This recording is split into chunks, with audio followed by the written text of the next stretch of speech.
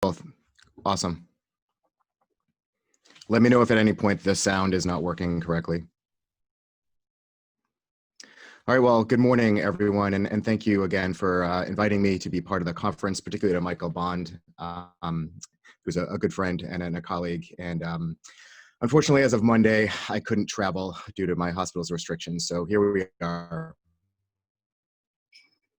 Today, I will talk about boxed warnings that we use in the ED. And this is something that is near and dear to my heart because there's a few classes of medications that we'll get into that we probably use a little too much. And then there's also some classes of drugs that we probably don't use enough. And that's all based on boxed warnings. So we're going to review those today.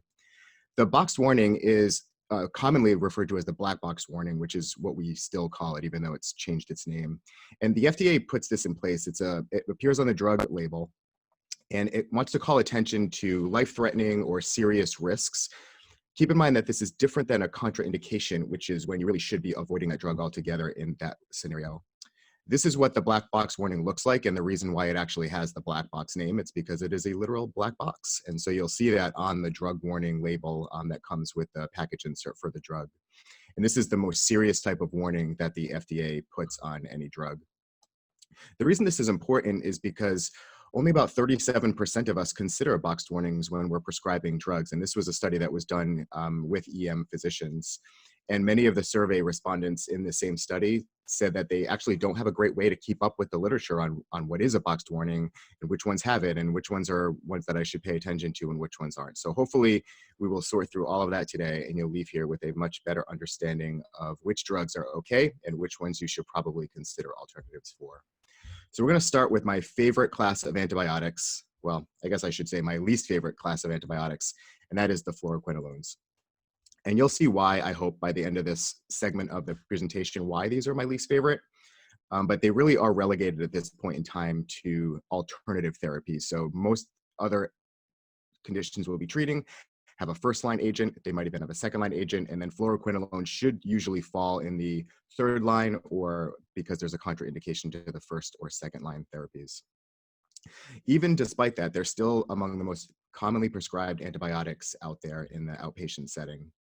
There's actually 4 black box warnings with fluoroquinolones, and this is the one that you're probably most familiar with, and that is the tendinitis and tendon rupture. And compared to other antibiotics, fluoroquinolones have a 4-fold increased risk compared to, say, your cephalexin or your azithromycin. And if you combine that in an elderly patient that's also on steroids, the risk increases by 43-fold. And to put that into real numbers, in the general population, about 1 in 6,000 patients who's prescribed a fluoroquinolone will have a tendon rupture. And if you're on steroids, that risk decreases, or the risk increases to 1 in 4,000. So you may not prescribe 4,000 courses of fluoroquinolone therapy, but think about your emergency department or your urgent care setting or wherever your practice site is. And I bet among your practice, we probably have prescribed to more than 4,000 or 6,000 patients. So one of them may have had a tendon rupture from that. And the worst part about it is that this risk continues even after the antibiotic is stopped. So just because they finished their 7-day course, they still may be at risk for the next week or two after that, and sometimes up to a month. I remember back during my very first year of residency, before I went on to do my tox fellowship, I was in one of my ICU rotations, and we had this elderly patient who was in the ICU for sepsis, and she was being treated with levofloxacin. And over a couple of day period, we saw that her creatinine was slowly increasing. And all of a sudden, on the 3rd or 4th day of therapy, she had a seizure, which she did not have any history of seizures and had no other reason for having one. And this ended up being a side effect of the fluoroquinolone. As the levels built up, because she couldn't clear it, she had CNS effects from that. And there's also neuropsychiatric effects that can come with fluoroquinolones, and those are both boxed warnings for them. This one we probably all know. Pretty much any antibiotic can cause some level of problem in myasthenia patients, but fluoroquinolones are at the top of the list in terms of drugs to avoid when in myasthenia gravis patients, because they have such a high risk of exacerbating the underlying condition. And then the last one that actually has a boxed warning is peripheral neuropathy. And the risk is about double compared to other antibiotics. The scary part is that this risk can be permanent. There's a few case reports that have come out in the last few years that found that even once the antibiotic is gone, the peripheral neuropathy continues indefinitely. I want to highlight a couple of other adverse effects of fluoroquinolones also, just to kind of give you the context of why I'm so against them. And one of them is QT prolongation. And we're going to talk about this a little bit later with another class of drugs too. So I don't want to get too far into it right now. But what I will say is that if you're thinking about your fluoroquinolone is the worst offender, and then it goes on down the line from there. And this is much greater than the risk that we've been led to believe exists with azithromycin, which actually doesn't have that much of a risk of QT prolongation, despite those studies a couple of years ago. We commonly think of clindamycin as the primary offender causing C. diff, and it is. But right below that, and we sort of don't see this so often in the lists, but fluoroquinolones are right beneath Clinda in terms of their ability to cause C. diff, and the adjusted hazard ratio is 3.44. So these are really likely. And again, MOXIE is the worst, and then levofloxacin and ciprofloxacin fall a little bit underneath that. I'm sure that you're so proficient with your ultrasounds and all the vessel scanning that you do in the ED. You've probably seen some aortic dissections, and their chances are you may have actually seen one that was related to a fluoroquinolone. Now, I will say overall, even though the relative risk is 2.43, the overall risk is pretty rare. But when you look at elderly patients specifically, the number needed to harm to have one patient with an aortic problem, either dissection or aneurysm, is only 600. So we're looking at another problem. And again, this individual risk may not be so bad in your mind, but if you take this in combination with all the other things that we've talked about, then fluoroquinolones really don't seem like a great idea. In your diabetic patients specifically, they cause a lot of glucose dysregulation, hyperglycemia and hypoglycemia. And then the last one that I just wanted to mention is retinal detachment. And this one is actually more common than aortic dissection or even some of the stuff that we talked about earlier, like tendon rupture. And that is 4 out of 1,000 patients will develop retinal detachment from fluoroquinolone therapy. When I'm talking about each of these different drugs or classes today, I want to give you a context of where in the ED they're being used. And this is one class that's used in all of the patients that we touch. So ED patients, ED OBS patients, inpatient borders, if you have those in your ED, I'm sure you do, and discharge prescriptions as well. So this kind of touches the whole gamut of ED patients that we see. This is such a problem that the FDA actually came out with a statement in 2018 that said in these 3 conditions that you should not use fluoroquinolones. You should only think about them as an alternative to other therapies. And I would argue that this safety alert should be extended to all of the indications for fluoroquinolones. So after looking at all the data, looking at the black box warnings, looking at all the other adverse effects with fluoroquinolones, I agree with the FDA. And I think my ruling on this one is that we should not be using fluoroquinolones, not to mention all the resistance that develops to them, particularly with the STDs and some of the other infections that we see commonly. So fluoroquinolones, keep those in your back pocket as a second or third line therapy if there's a contraindication to first line therapy, or if resistance patterns dictate that you should be using them in that given patient.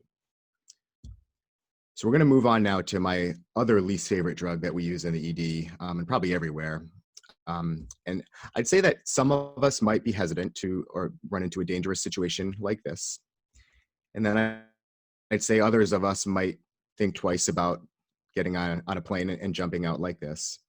And some of us have irrational fears of small animals as well. But what we don't have a good appreciation for is tramadol. And I promise this is the only structure I'm going to show today, and we're not even going to talk about it. But tramadol has 8 boxed warnings. That's more than almost any other drug that we use in the ED setting, and it might even be at the top of the list. So I want to talk about those just for a minute. We commonly think of tramadol as a safe alternative to opioids, but really nothing could be further from the truth because it is in fact an opioid. It works on the same mu receptors as other opioids. And it actually has some other pharmacology around it, which I'll tell you about in a minute, that makes it a little bit scarier. Here are some of the boxed warnings, and these are going to be familiar to you because they're similar to other opioids, which makes sense because this is an opioid. It can cause respiratory depression. It causes problems if kids accidentally ingest it. It has led to neonatal abstinence syndrome. And when you mix it with benzodiazepines, that can be problematic as well. On the flip side, patients that are on tramadol for extended periods and then stop it suddenly can develop the same withdrawal symptoms that you'd see with opioid withdrawal. and they may need to be treated as such. So patients can become dependent on this, and there's certainly abuse. And that's why the DEA a couple of years ago rescheduled this as a controlled substance along with some of the other opioids. I talked about the messy pharmacology a little bit earlier. I wanted to bring this up because there's two main points to this. One is that it's not really a great opioid. It has to be metabolized to something else in order to exhibit its activity. And a lot of us don't have the right genetic makeup, or we have variations in that cytochrome enzyme. And so we can't predict how much of that is going to become the active metabolite that's going to actually work to supposedly treat pain. And so three of us in the room could take this drug and all three of us have a different effect. One might have an exaggerated effect, one might have not a lot of effect, and one might have a normal effect.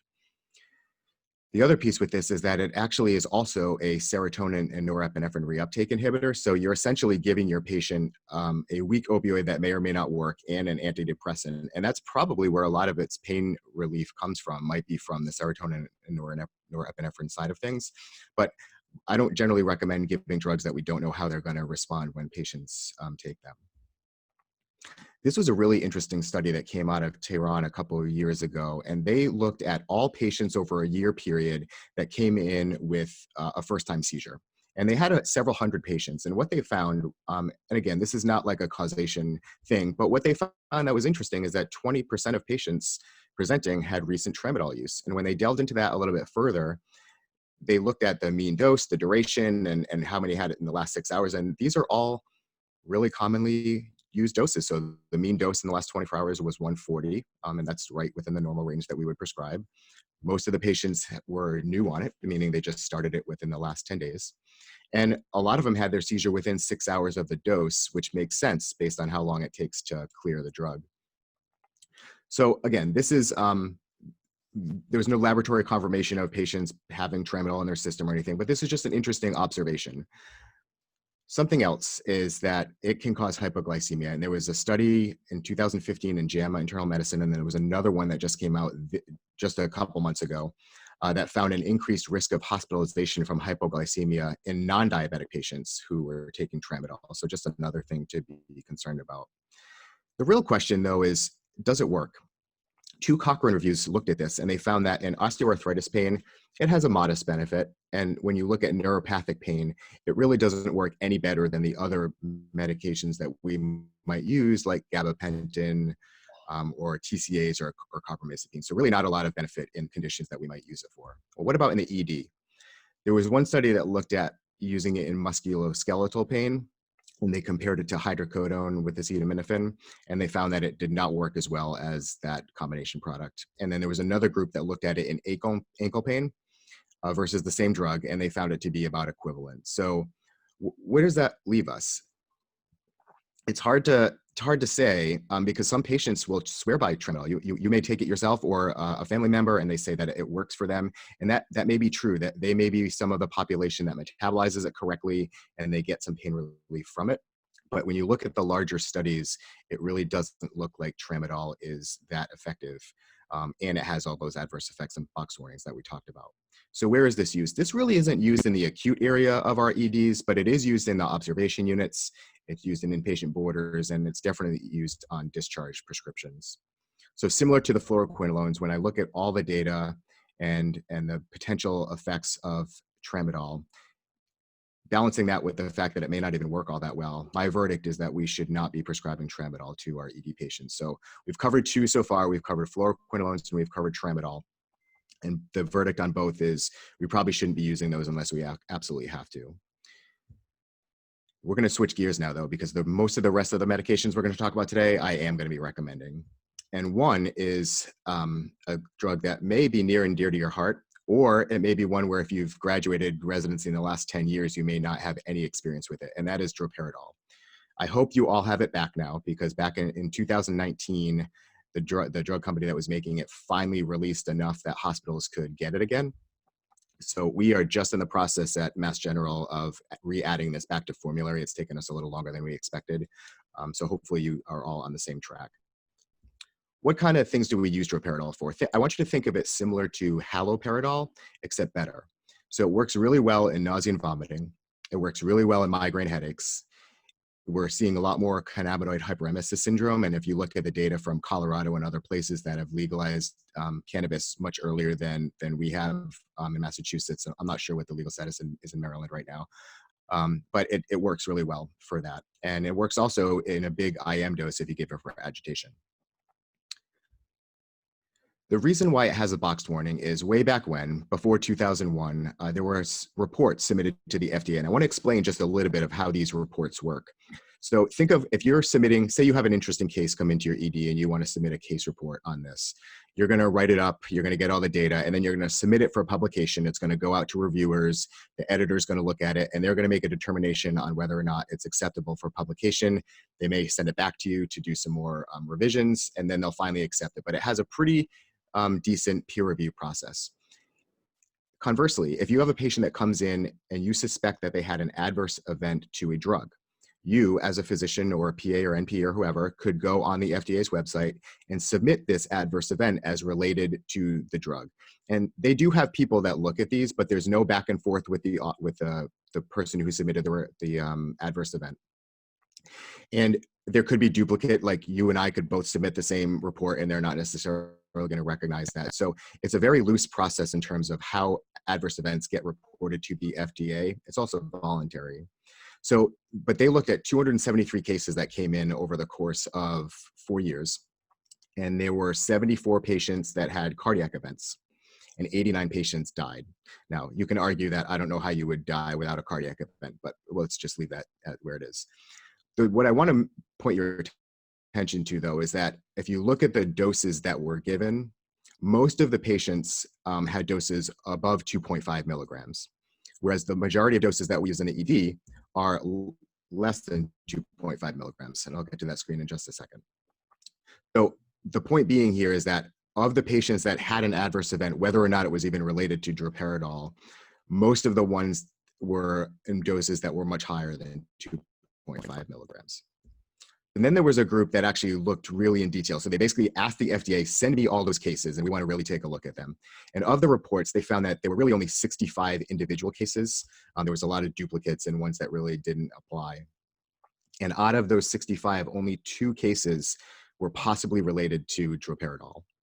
There was a separate group that looked in anesthesiology literature that looked at cases, and they looked at a 5-year period, and their dosing was 1.25 milligrams or less. And they found that of the 273 OR cases, there were 10 serious cardiovascular events and 2 deaths. But when they looked at those 10 cases, there was no cause and effect in terms of its relation to droperidol. And so where this leaves us right now is that if you look at the dosing for what we would be using for nausea and vomiting, cannabinoid hyperemesis syndrome, and migraine, all of those doses are 2.5 milligrams or less. So essentially the risk is extremely low if we're giving those kind of doses. When you're talking about taking down a really agitated or a delirious patient, the dose is a lot higher. So we would have to think a little bit more about that. But I don't know how this happened, but during the shortage, when 10 years worth of time and most hospitals in the country had no access to droperidol, somehow the Mayo Clinic had access the whole time.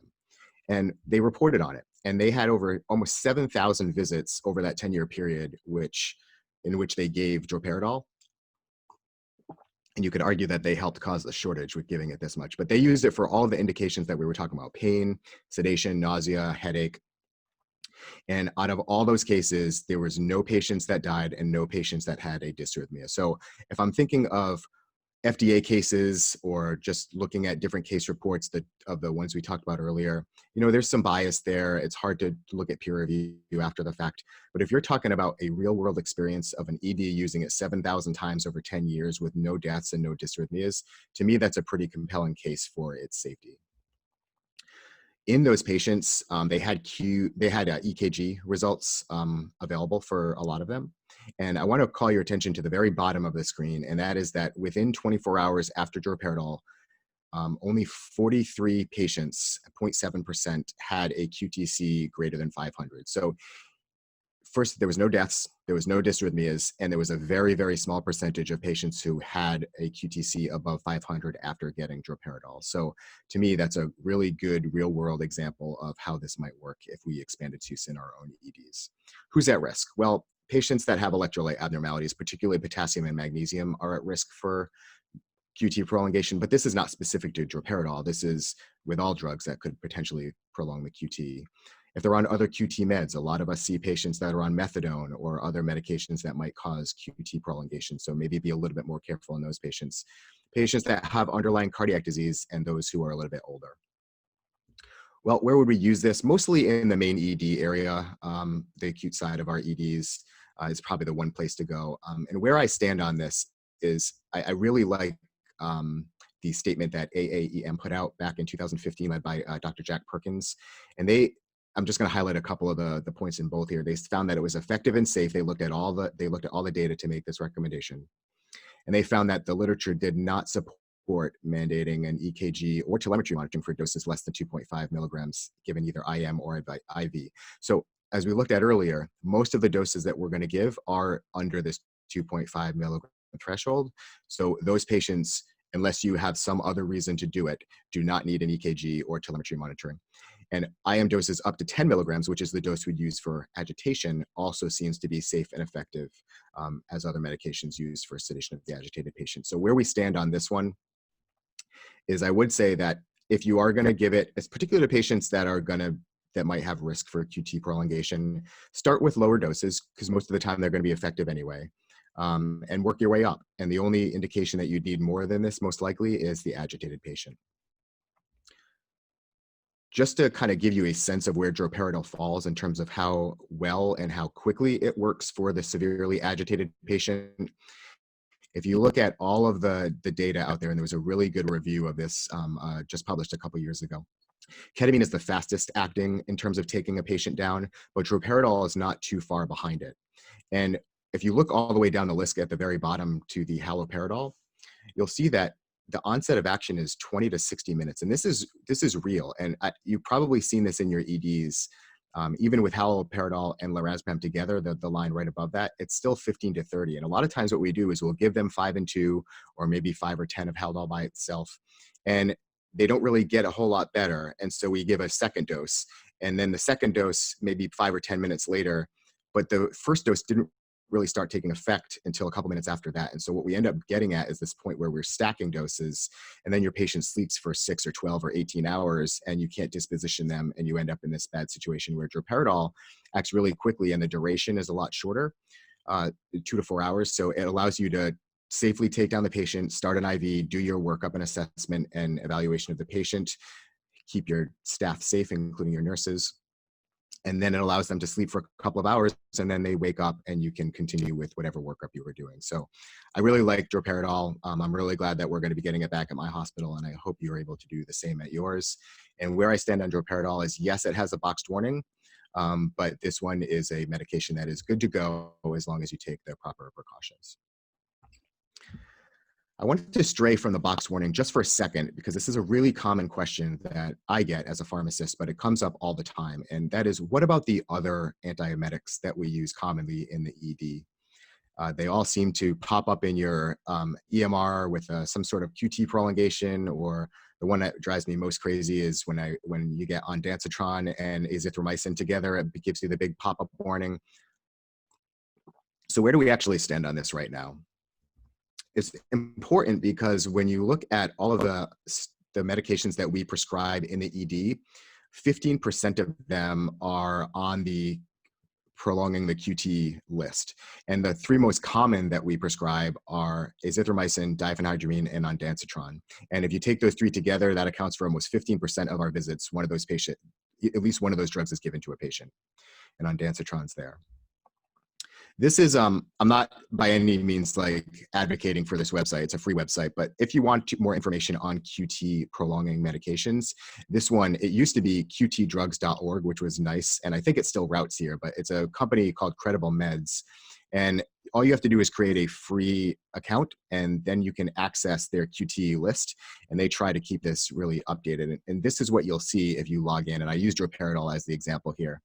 So on the top left of the screen, you'll see that there's 4 categories. They basically say that in the red, if you are able to see red, known risk of torsade, questionable possible risk, conditional risk, meaning that they might be on other meds or have QT prolongation at baseline, and then drugs to avoid. The black is that they don't really have they don't really have a recommendation yet. So if you see at the bottom of the screen, droperidol is in that known risk of TDP. So I'm kind of saying like, check this website, but also just telling you that the data isn't really great on droperidol, so this website's probably wrong. But it's at least a good place to start. And this is a place that I frequently go to just to kind of see what's out there. So here's where we stand with antiemetics at this point in the ED. If you look at all the ones we have available to us, metoclopramide is probably the least likely to cause QT prolongation or worsen QT prolongation in someone that has it at baseline. I realize that metoclopramide is not the best antiemetic. It does work pretty well for migraine headaches, but you have to use large doses up to 20 milligrams. But this one has a minimal risk. The other one that I like as an alternative is prochlorperazine. This one also has a minimal risk of QT prolongation. And so if I were thinking about a patient that might have QT prolongation at baseline, or I'm really worried about that, these are the 2 medications that I would choose first on my list. And what about ondansetron? Because this is the one we use most frequently. There are 2 studies.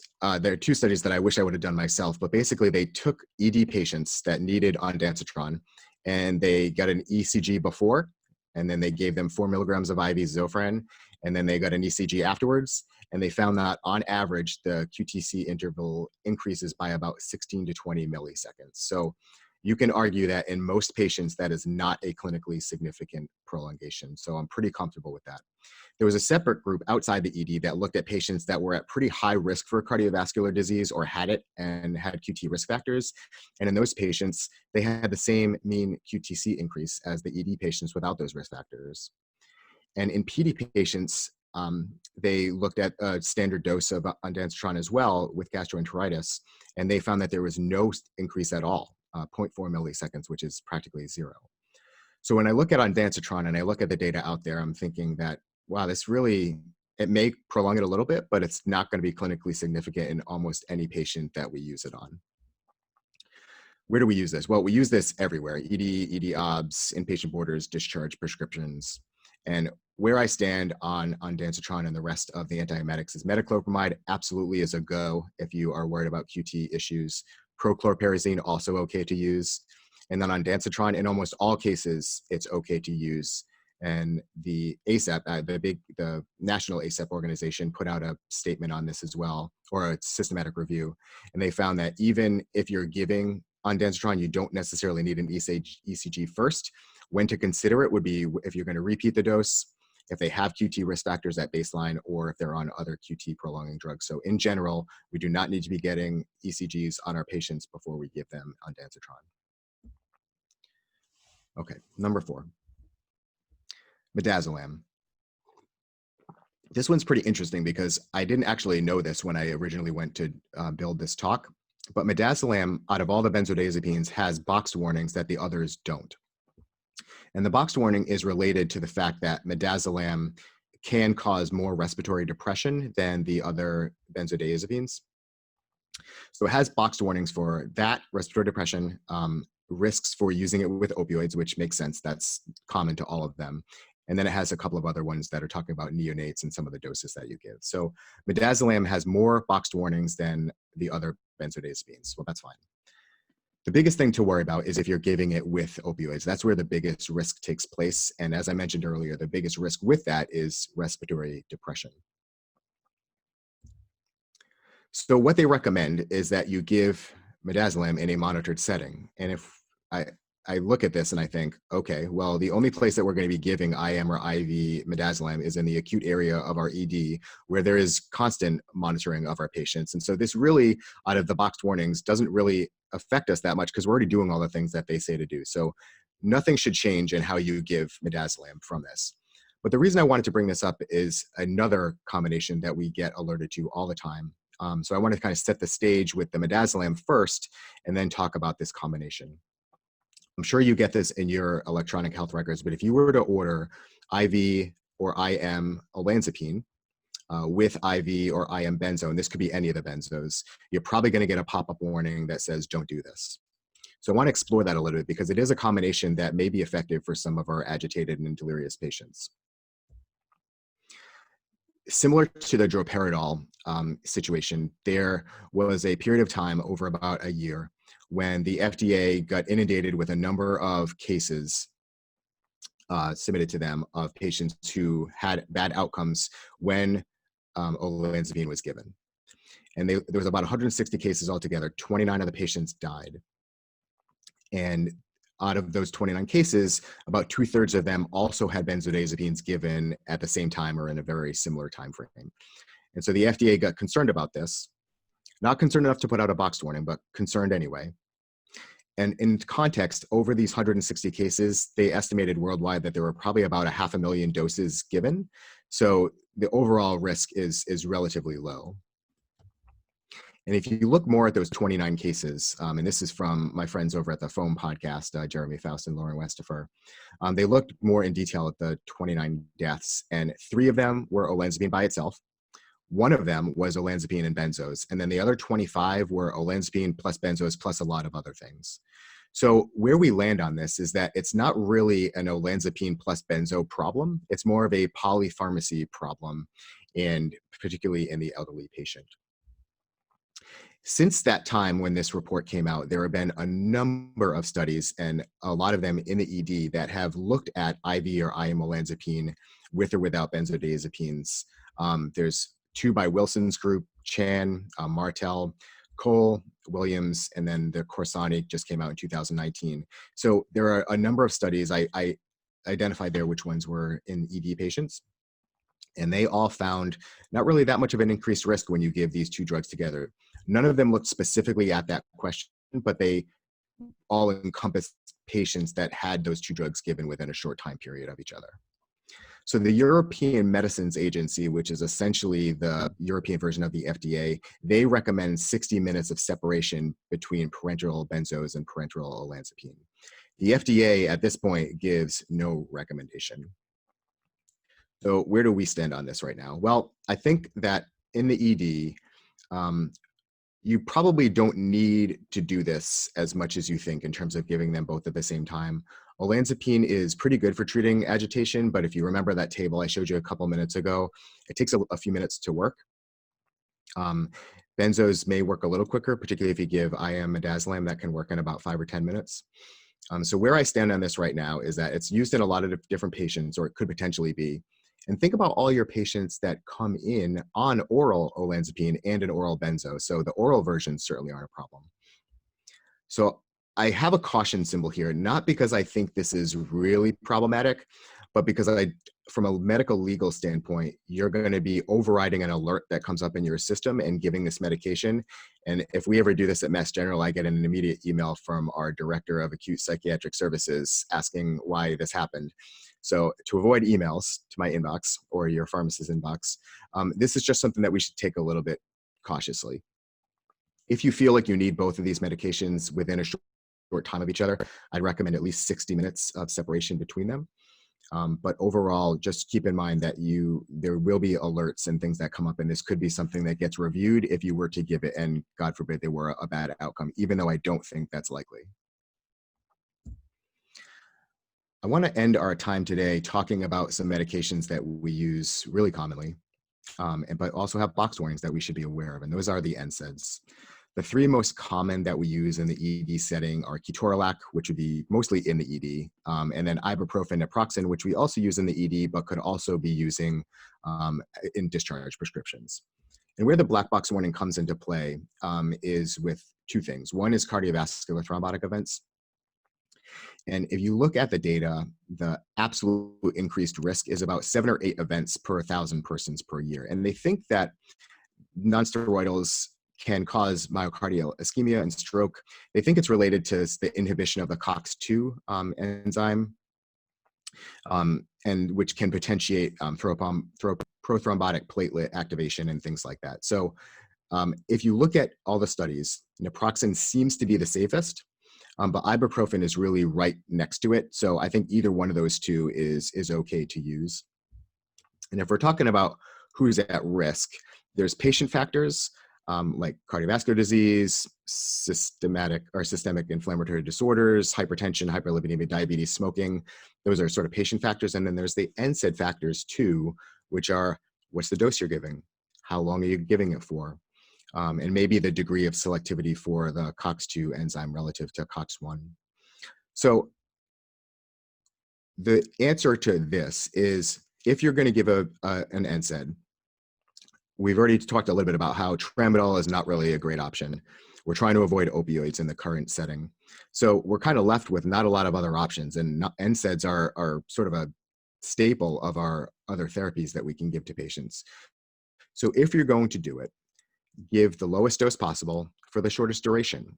And I know that's easier said than done, but that's kind of what you should instruct the patient. So give them maybe 7 days course and tell them that as soon as their pain's done, stop taking it and their risk goes back down. The other boxed warning is with GI bleeding, which can also include ulceration or perforation. And the odds ratio is quite high on this when you compare this versus placebo or this versus other pain medications. Patients that have particularly high risk are those that are on anticoagulants, antiplatelets, and SSRIs, believe it or not. Duration greater than 7 days, although I have seen some cases of, in the literature, of ketorolac, even one dose being associated with GI bleeding, be that as it may. Steroids, patients on steroids are at increased risk already from GI bleeding, so NSAIDs will add to that risk, and then increased age as well. You may be familiar with this concept of the ceiling effect. And the reason this comes into play with NSAIDs is because there's a really good group out of Maimonides Medical Center in their ED led by Dr. Sergei Motov, they've published a lot of papers on really well done randomized control trials with NSAIDs and other pain treatment modalities in the ED setting. And this is just one of them. This came out a couple of years ago. They looked at patients getting different doses of ketorolac, because remember that you can do 15, you can do 30, you can do 60. So they looked at 3 different doses. They looked at 10, 15, and 30. And what they looked at specifically were pain scores at all these time points. And they looked at how many patients needed morphine rescue therapy. And they included a lot of different types of pain. They included flank pain, abdominal, musculoskeletal, headache. So they kind of included a lot of the patients we might use ketorolac in. And the main outcome was pain score at 30 minutes. And what they found was pretty interesting. They found that if you look at the different doses, they all started off at a similar pain score. And surprisingly, the NSAID didn't really do a ton. You can argue that 7.7 to 5.2 isn't too big of a great decrease in the pain score. But what you can see is that the difference between the doses was not significant. They also found that among the different doses that there was no difference in how many patients needed rescue morphine therapy. And when they looked at adverse, this is important because they, sorry, I forgot one other thing. There was some limitations with this study, of course, as there is with every study. They looked at these different doses, but they didn't compare it to placebo. That's fine. And if you look at the box plot, there was quite a bit of variability in the paper in terms of the different doses. So they got this nice 7.7 to 5.2 or 1 or 4.8, but the variability was pretty wide. Putting this all into context, I do think that this points to the fact that we probably don't need 30 or 60 milligram doses of ketorolac in most patients. And as you do increase the dose, this paper didn't find an increase in adverse events, but other papers have. And so the increased dose usually does lead to increased adverse events. They performed a similar study that just got published last year in Annals of EM and with ibuprofen, and they found that the sort of quote unquote ceiling effect was around 400 or 600. Now, this is all well and good. I know that sometimes if I have a headache, I'll take 400 milligrams of ibuprofen and it works just great. But there are other times where the 400 really does nothing. And then I take another 200 or 400 and it goes away. So the pain effect of ibuprofen may actually have a ceiling effect, but remember that some of the problems with pain are actually inflammatory. And NSAIDs, as you increase the dose beyond even the pain control threshold, the anti-inflammatory effects will continue to go with that. So if you have a condition where inflammation is a component, then you can get more benefit out of larger doses. This is really interesting. So back in 2000, right after that ketorolac study came out, we took that data and our pharmacist group at Mass General put out a massive education campaign to all of our NPs, PAs, physicians, residents, fellows, everybody, in terms of let's stop using the 30 milligram doses of ketorolac and use 15 instead. And what you can see here is the blue bars are the 15 milligram doses, and the orange bars are the 30 milligram doses. And each of the different increments is a 30-day period. So we looked at 180 days up to our education, and then what happened the 180 days afterwards. And what you can see here is on time zero or day zero, there's a pretty significant increase in our 15 milligram use and a decrease in our 30 milligram use. So the point being here is that we can actually affect change in our EDs through education. We added an EPIC or EMR piece to this about a year later after this education to help with this.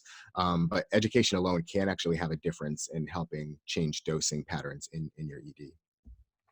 So where do we use NSAIDs? Well, we use them everywhere. They're ubiquitous. And I don't want you to stop using them either. I just want you to think about what dose is appropriate for your patient and how long they actually need it for. And that's what you should prescribe. And the shortest duration possible with the lowest effective dose, and your patient should be at relatively low risk for developing adverse events. As we wrap up our time today, I just want to summarize what we've talked about. So if I look at the drugs I really want to avoid unless I absolutely need them, fluoroquinolones and tramadol fall in that category. So in those, I think the boxed warnings are justified and we should be respecting them.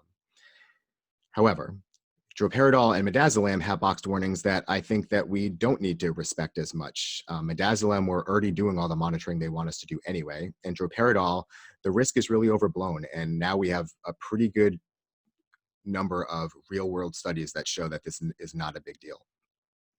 I would recommend somewhat caution using olanzapine and benzodiazepines together. In the ED studies, they seem to be safe, but you're going to still be dealing with the medical legal problems of if a patient has a bad outcome and you had this warning pop up, then what do we do with that? So just use a little bit of caution with that and maybe separate the doses by at least 60 minutes. And then for NSAIDs, these are a staple of our pain management therapies, so continue to use them. Just try to use the lowest effective dose for the shortest possible duration. As I wrap up, I do have a handout for this talk, which has links to all of the references that we talked about today.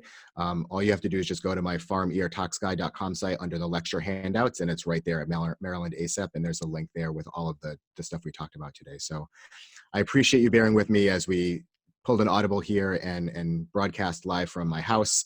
I hope everything came across clearly, and I'm happy to take any questions if we're able to do that at this time.